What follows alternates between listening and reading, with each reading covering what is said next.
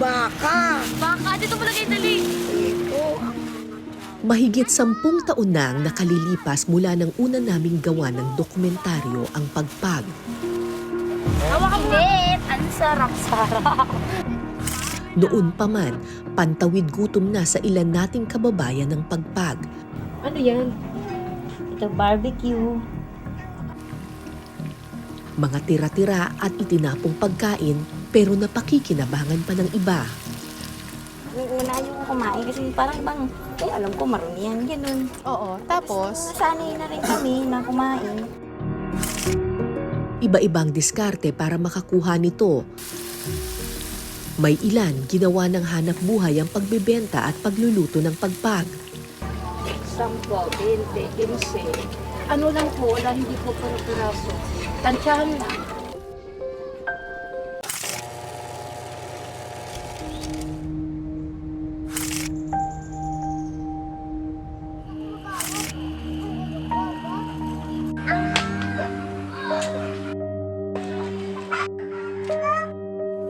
Makalipas ang mahabang panahon, akala ko na solusyonan na ang problemang ito.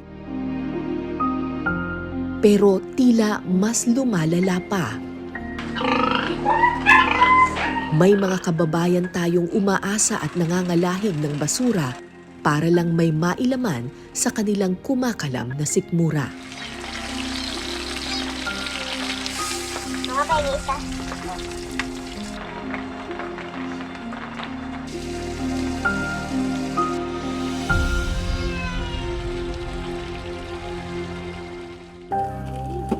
Naghahanda na si Joy ng pananghalian nilang mag-iina.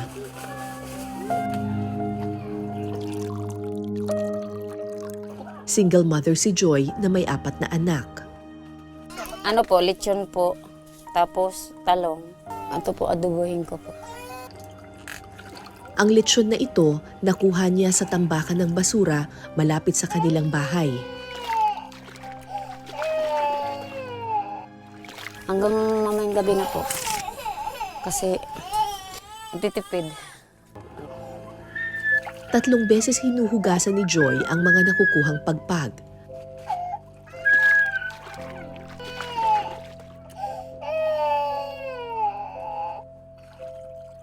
Pagkatapos, iluluto na niya ito.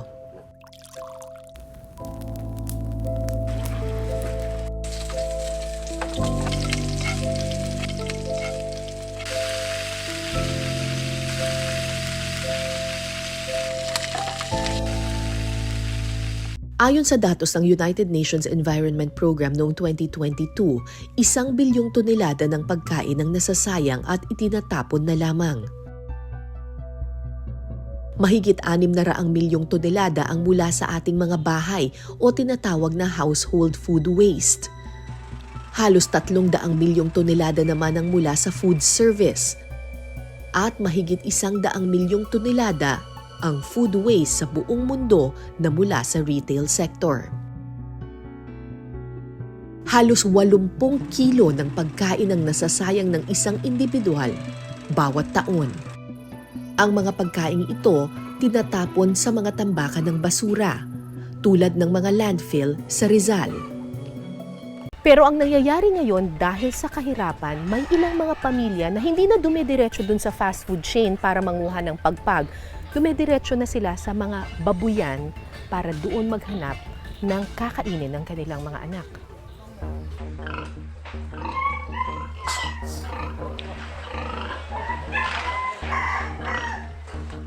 So ganito usually yung itsura ng mga food waste doon sa mga fast food chains.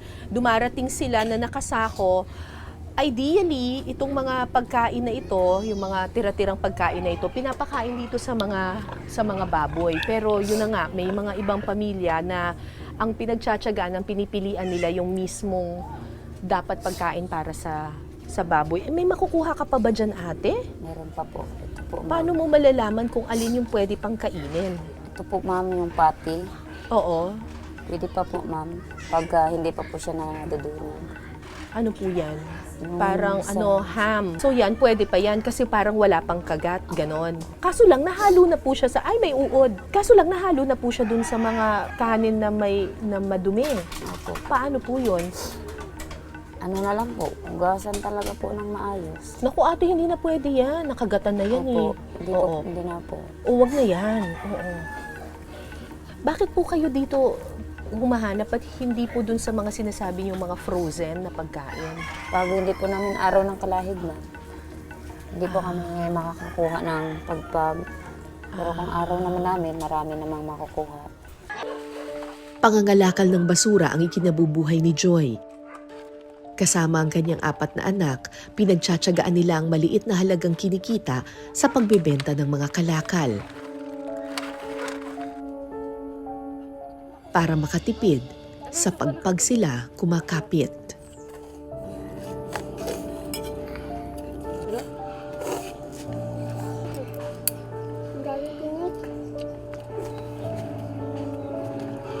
Ano po ang ulam ninyo araw-araw? Madalas po ulam namin magpagpag.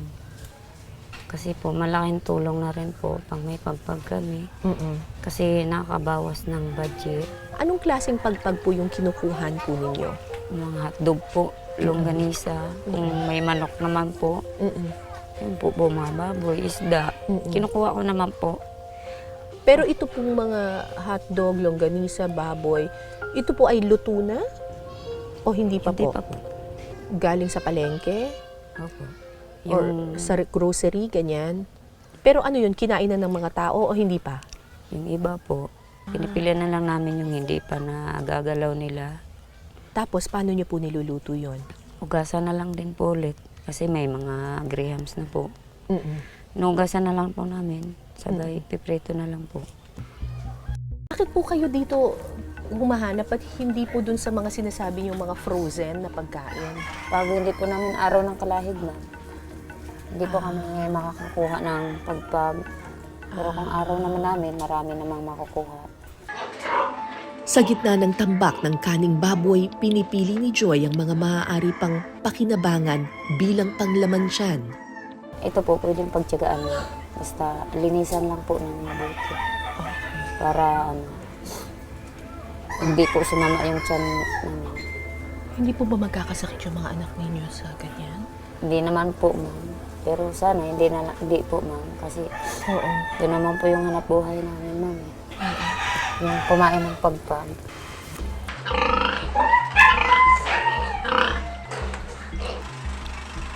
Sako-sakong kinukolekta at dinadala rito ng may-ari ng babuyan ang mga kaning baboy na ito.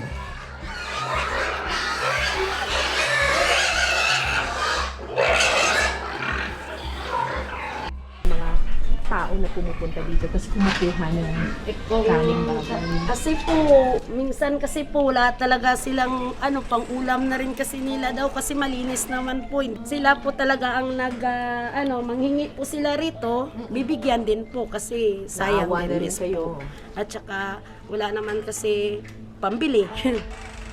Ilang beses na naming tinalakay ang isyu ng pagkain ng pagpag. Hindi ko akalaing darating na sa punto na tila nakikipag-agawan na sa kaning baboy ang ilan nating mga kababayan para lang may mailaman sa tiyan. Ayon sa Sanitation Office ng Rodriguez Rizal, hindi nila hinihikayat na kainin ng pagpag. Pero kung minsan mas malakas ang kalam ng sikmura ng ilan nating kababayan.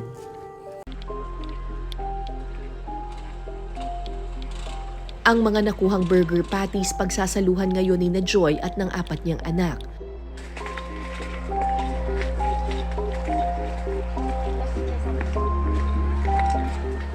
So ano po yan, mainit na tubig po? Hindi po, ma'am. Ah, hindi. Okay. Tapos ganyan, ipiprito na agad yan? Hindi po, gasan ko pa po. 3 beses niya itong hinugasan bago iprito.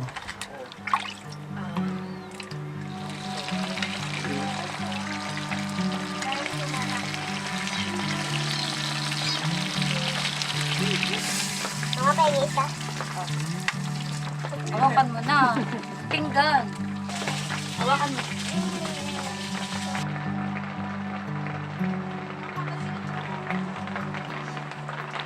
Kumusta naman yung mga anak ninyo kapag kumakain naman. po ng mga pagpag? Okay naman po. Natanong ko naman sila kung masama yung tiyan nila, okay naman daw. Nagkasakit na ba sila? Hindi pa naman. Hindi pa naman po, ma'am. Okay naman po. Kasi alam naman po siguro na ganito po ang hanap buhay namin. In order na making kompleto yung meal ng isang tao would be have 50% of the food that you eat as vegetables and fruits, no? And then half of it, yung kabilang side naman, would be that of the other nutrient foods. Mahalaga ang paghahain ng tama at sapat na pagkain. Pero sa Pilipinas, 50 milyon ang food insecure o walang access sa sapat na pagkain noong 2022. Pinakamataas ito sa buong Timog Silangang Asya. Kay talikod ka. Samantala, inilapit namin sa Municipal Health Office ang sitwasyon ni Joy. May ubo din. Sige, patingin. Halap ka dito sa akin. Exhale. Nahihirapan ka huminga? Minsan po, ma'am. Minsan. Minsan? Nagsusugat na siya, oh. Nagkaroon sila ng bakuna lahat. Hindi po sila tapos. Binigyan ng gamot ang mag-iina para sa kanilang ubo at sipon. Ayon sa rural health doctor na tumingin kina Joy, maliit para sa kanilang edad ang mga bata, kaya nararapat na mabigyan sila ng tama at sapat na pagkain. Nagbigay ng tulong ang Municipal Social Welfare and Development kina Joy. So yung laman po niyan ay mayroon pong bigas, may mga delata gaya ng sardinas, kantuna, corned beef, saka beefloaf. Salamat. Meron din po yung asukal sa kape. Salamat talaga.